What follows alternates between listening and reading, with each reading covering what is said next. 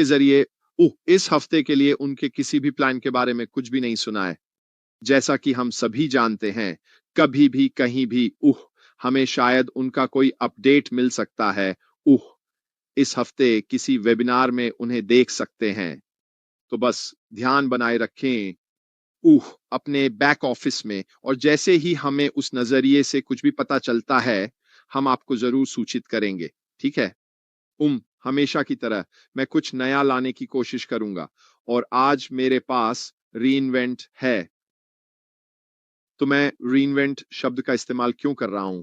असल में ये कुछ ऐसा है जो ऐश ने अपनी एक वेबिनार में कहा था, और मैंने इसे देखना और थोड़ा बहुत विश्लेषण करना शुरू किया, और जितना ज्यादा मैंने इसे देखा, उतना ही यह और विस्तृत होता गया, और मुझे सच में लगा कि यह हमारे लिए इस अगले चरण में जाने के लिए एक बहुत ही महत्वपूर्ण भूमिका निभाता है। क्योंकि व्यवसाय के रीइन्वेंट करने के बहुत सारे पहलू हैं जो वास्तव में हमसे जुड़े हुए हैं। अब मुझे बस पढ़ने दीजिए कि ऐश ने वेबिनार में क्या कहा था, और ये उनके, चलो एक नजर डालते हैं। ये 10 अप्रैल की वेबिनार में था जब उन्होंने ये बात कही थी, और उन्होंने कहा था, मेरा सपना और मेरी इच्छा उन सभी समस्याओं पर भारी है जो हमें इस समय दिखाई देती हैं, और मैं आगे बढ़ने के लिए एक समाधान खोजना चाहता हूं। यह एक चुनौती थी, उन्होंने कहा, और मुझे खुद को फिर से गढ़ना पड़ा ताकि मैं वही गलतियां दोबारा न करूं। तो जाहिर है, ऐश मुफारेह के इस कथन ने मुझे यह सोचने पर मजबूर कर दिया कि वास्तव में रीइन्वेंट का क्या मतलब है, और व्यावसायिक संदर्भ में इसके क्या मायने हैं। और व्यावसायिक संदर्भ में रीइन्वेंट का मतलब है किसी व्यवसाय या उसकी कार्यप्रणाली में महत्वपूर्ण और मौलिक बदलाव करना, अक्सर बदलते माहौल या बाजार के अनुसार खुद को ढालने के लिए। यह इस बारे में है कि कोई कंपनी अपने संचालन, सेवाओं, ग्राहकों या नए उत्पाद और सेवाएं प्रदान करने के तरीके को मूल रूप से कैसे बदलती है। अब जब मैंने यह पढ़ा तो मैंने सच में सोचा, वाह! मैंने सोचा, यहाँ बहुत कुछ है ना? जो कि हमारे वर्तमान स्थिति से बहुत मिलता-जुलता है जब हम अगले चरण में प्रवेश कर रहे हैं। ये सच में दिखाता है कि बहुत सारे व्यवसायों के सामने बहुत सारी चुनौतियां होती हैं। ये कोई ऐसी बनाई हुई बात नहीं है जिसे ऐश मुफारेह ने करने का फैसला किया हो। यह मुझे यह भी दिखाता है कि अगर इस तरह की बातें सार्वजनिक रूप से सबके सामने कही जाती हैं, तो यह एक ऐसी घटना है जो बहुत बार होती है। और साथ ही फोर्ब्स की 5 प्रभावों की एक सूची है, जिसे मैं अभी आपको पढ़कर सुनाऊंगा, जो व्यवसाय के लिए खुद को फिर से आविष्कार करने से जुड़ी है। लेकिन मैं थोड़ा और विस्तार से बताना चाहता हूं कि व्यवसाय में रीइन्वेंट का वास्तव में क्या मतलब होता है, यह शब्द क्यों महत्वपूर्ण है, और यह किस तरह से हमारे काम करने के तरीके को बदल सकता है। इनमें से एक है कट्टरपंथी परिवर्तन। अब तो आप ध्यान से सुन रहे हैं, है ना? हम इस समय किस दौर से गुजर रहे हैं? हम एक कट्टरपंथी परिवर्तन से गुजर रहे हैं, है ना? यही ठीक वही है जो इस समय हो रहा है। रीइन्वेंशन केवल बड़े सुधारों से कहीं अधिक है। यह व्यवसाय मॉडल या उसकी मुख्य कार्यप्रणालियों का पूरी तरह से पुनर्निर्माण करने के बारे में है। हम इस समय क्या कर रहे हैं जब हम अगले चरण में प्रवेश कर रहे हैं? याद रखिए, हमारे सीईओ ने क्या कहा था, ऑन पैसिव से कुछ भी नहीं आ रहा है सिवाय मेरे और मेरे नाम के। ये उसी कट्टरपंथी बदलाव का हिस्सा है जिसे हम आगे बढ़ते हुए देखने वाले हैं, उसी रीइन्वेंटिंग का हिस्सा। व्यवसाय में रीइन्वेंटिंग का एक और हिस्सा है नई दृष्टिकोण अपनाना। यह मूल्य सृजित करने, ग्राहकों की सेवा करने या नए उत्पाद या सेवाएं विकसित करने के लिए नवाचारी तरीके खोजने के बारे में है। ये लगभग ऐसा लगता है जैसे ये सब हमारे लिए, हमारे सीईओ ऐश मुफारेह के लिए ही लिखा गया हो। ये सारी बातें जो मैं अभी उद्धृत कर रहा हूं, अगर आप गूगल में रीइन्वेंटिंग व्यवसाय के लिए रीइन्वेंट टाइप करेंगे, तो ये सब चीजें सामने आ जाएंगी। मैं ये सब खुद से नहीं बना रहा हूं, जाकर खुद देखिए। और इनमें से बहुत सारी बातें जब आप वास्तव में उनका विश्लेषण करना शुरू करते हैं, तो पाएंगे कि इन सब का मुख्य हिस्सा वही है जहां हम इस समय हैं और हमारे व्यवसाय के साथ जो कुछ भी हो रहा है। परिवर्तन के अनुसार ढलना भी इन्हीं में से एक है। रीइन्वेंशन अक्सर बाजार, प्रतिस्पर्धा या तकनीक में बदलाव के जवाब में होती है। और जाहिर है, इन सब के अलावा भी नवाचार से आगे भी, जहां नवाचार मौजूदा उत्पादों या सेवाओं को बेहतर बनाने पर केंद्रित होता है, वहीं पुनर्निर्माण पूरी तरह से कुछ नया बनाने के बारे में है, जो अक्सर मौजूदा बाजारों को बाधित कर देता है। मेरा मतलब है, क्या आप सुन रहे हैं कि मैं यहां क्या पढ़ रहा हूं? हम इन सब बातों के बारे में बहुत बहुत लंबे समय से बात कर रहे हैं। ये व्यवसाय के लिए पुनर्निर्माण ऐसा लगता है जैसे ये हमारे लिए ही लिखा गया है इस अगले चरण के लिए। ये वाकई अजीब है। और जब मैंने इसमें गहराई से देखना शुरू किया, तो मैं सच में थोड़ा हैरान रह गया।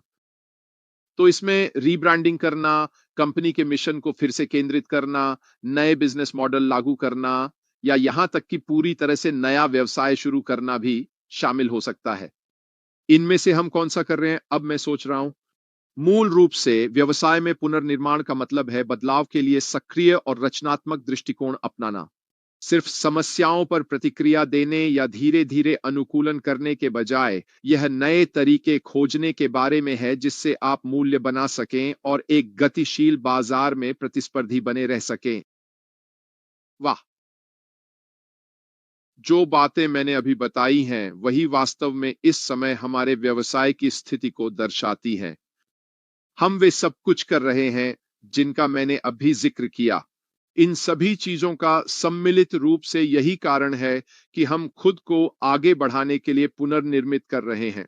हम उन समस्याओं के प्रति सक्रिय हैं जिनका हमने सामना किया है, और पुनर्निर्माण इसी का एक अभिन्न हिस्सा है कि व्यवसाय ऐसा क्यों करते हैं, क्योंकि उन्हें पुराने ढर्रे से बाहर निकलकर खुद को फिर से गढ़ना पड़ता है ताकि वे वहां पहुंच सकें जहां वे जाना चाहते हैं। ये सारी बातें कही गई हैं। अब फोर्ब्स की बात करें तो हम सभी जानते हैं कि फोर्ब्स क्या है। उनके पास भी पुनर्निर्माण को लेकर कुछ अच्छी समझ है, और उन्होंने कहा है कि अपने व्यवसाय को फिर से गढ़ने के 5 तरीके हैं। इसमें कहा गया है कि इंटरनेट पर अपनी उपस्थिति को और मजबूत करें। परंपरागत रूप से स्थापित व्यवसाय निश्चित रूप से अतीत में फंस सकते हैं, जबकि उनके प्रतिस्पर्धी भविष्य में एक अस्पष्ट ऑनलाइन उपस्थिति और एक ई कॉमर्स साइट के साथ आगे बढ़ जाते हैं। वैश्विक महामारी के कारण अधिकांश व्यक्ति और कर्मचारी किसी न किसी हद तक अलग-थलग हो गए हैं, और इसने व्यवसायों को, चाहे वे बिजनेस टू कस्टमर हों या बिजनेस टू बिजनेस, अतीत की तुलना में अलग तरीके से काम करने के लिए मजबूर कर दिया है। नई सामान्य स्थिति में काम करने के लिए किसी कंपनी को इंटरनेट पर विस्तार के अवसर तलाशने होंगे और संचालन में बदलाव लागू करने होंगे। इन समयों में बदलाव न केवल अनिवार्य है, बल्कि लाभकारी भी है। महामारी के दौरान किसी भी व्यवसाय को देखकर यह आसानी से समझा जा सकता है कि उन्होंने अपने संचालन में कैसे बदलाव किए। जहां अधिकांश व्यवसायों ने कम से कम कुछ हद तक बदलाव किए हैं, वहीं कुछ व्यवसायों को अपनी लगभग पूरी संचालन प्रणाली को बदलने के लिए मजबूर होना पड़ा है। सौभाग्यवश इन बदलावों में से कई और ये रूपांतरण भविष्य में इस व्यवसाय को अधिक लाभकारी और मजबूत बनाएंगे। यह कहता है कि अपनी कीमतों के साथ रचनात्मक बने। कई व्यवसाय एक ही ढर्रे में फंस जाते हैं और हमेशा अपने उत्पादों और सेवाओं के लिए एक ही कीमत वसूलते रहते हैं। हालांकि कीमत स्थिर रहने की आवश्यकता नहीं है। बिक्री के लिए छूट वाली कीमतें हो सकती हैं। बिल्कुल, हमेशा गुणवत्ता वाली खरीदारी, दूसरी वस्तु की खरीद, दूसरे दिन या किसी घंटे पर आधी कीमत जैसी छूटें दी जा सकती हैं। दूसरी ओर अलग-अलग उत्पादों और सेवाओं के लिए प्रीमियम मूल्य भी लिया जा सकता है। यह कहता है कि कम सेवा प्राप्त करने वाले बाजारों की पहचान करें और उन्हें लक्षित करें। कहना आसान है, करना मुश्किल, लेकिन छोटे व्यवसायों के लिए जो ऐसे कम सेवा प्राप्त बाजार ढूंढ सकते हैं, उनके लिए शानदार अवसर इंतजार कर रहे हैं। उस बाजार की जरूरतों को जानें और फिर यह तय करें कि उन जरूरतों को सबसे अच्छे तरीके से कैसे पूरा किया जा सकता है। एक छोटा व्यवसाय अपने मुख्य लक्षित बाजार को बनाए रखते हुए नए बाजारों में विस्तार कर सकता है, जिससे एक अनूठा स्थान बनता है। मुझे पूरी तरह विश्वास है कि अगले चरण में जो होने जा रहा है, वह वही विशेष बाजार होगा जो कोई और नहीं कर रहा है। और मुझे लगता है कि यही हमारी सबसे बड़ी ताकत बनने वाली है, जो हमें भीड़ से अलग खड़ा करेगी। अपनी कंपनी का नाम और साइन बोर्ड अपडेट करें। यही वह है जो फोर्ब्स कर रहा है और आपके व्यवसाय को फिर से स्थापित करने के लिए कह रहा है। हाँ, कभी-कभी नाम बदलना और हस्ताक्षर सिग्नेचर बदलना भी जरूरी हो सकता है। क्या व्यवसाय का नाम और साइन बोर्ड असल में ग्राहकों को यह बताते हैं कि यह व्यवसाय कौन से उत्पाद या सेवाएं प्रदान करता है? निष्ठावान ग्राहक तो जानते होंगे, लेकिन नए ग्राहकों का क्या? अगर यह स्पष्ट नहीं है, तो शायद एक नया नाम, साइन बोर्ड और साथ में एक टैगलाइन संभावित ग्राहकों के लिए यह समझना आसान बना देगी कि व्यवसाय वास्तव में क्या बेच रहा है। अपने व्यवसाय को नया रूप दें ताकि आपका व्यवसाय बढ़ सके। प्रतिस्पर्धियों की नकल करने के बजाय एक छोटा व्यवसाय अपना खुद का अनूठा बाजार और ब्रांडिंग विकसित कर सकता है। अगर कोई व्यवसाय वही करता रहेगा जो वह हमेशा से करता आया है, तो उसे शायद वही पुराने नतीजे मिलेंगे या उससे भी कम। नवाचार करें, बदलाव के लिए तैयार रहें, कुछ अलग आजमाएं और तब तक कोशिश करते रहें जब तक आपको कोई बेहतर तरीका न मिल जाए। आपके व्यवसाय का भविष्य शायद इसी पुनर्नवाचार में छुपा हो। ये फोर्ब्स से है, जो कि एक बहुत ही प्रतिष्ठित और विश्वसनीय अंतरराष्ट्रीय प्रकाशन है। फिर से स्पष्ट कर दूं, ये मैं खुद नहीं कह रहा हूं, बल्कि यह वही बात है जो फोर्ब्स जैसे सम्मानित और प्रसिद्ध प्रकाशन ने कही है। ये वही प्रतिष्ठित प्रकाशन है जो वही कह रहे हैं जो हम अभी विस्तार से चर्चा कर रहे हैं। दरअसल आश ने कहा कि उन्हें खुद ही को नया रूप देना पड़ा ताकि वे उन चुनौतियों का सामना कर सकें जो हमें अपनी गलती के बिना भी झेलनी पड़ी हैं। इसी वजह से मैं पूरी तरह से मानता हूं कि यह पुनर्नवाचार जिससे हम इस समय गुजर रहे हैं, खुद को नया रूप देना, एक नए नाम भी बदलना पड़े, मुझे नहीं पता।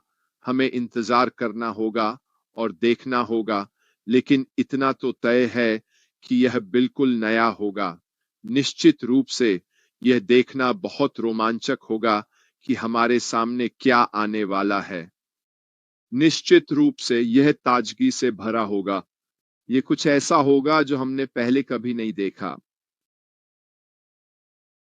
यह हमें उद्योग के भीतर एक बेहद मजबूत स्थिति में ला देगा। ये एक बहुत बड़ा उद्योग है, लेकिन अगर हम सच में प्रभाव डालने में सफल हो जाते हैं, अगर हम लोगों को चर्चा करने के लिए, ध्यान देने के लिए, देखने के लिए मजबूर कर पाते हैं, तो हम उतनी तेजी से विस्तार करेंगे जितना कि ये धमाके की।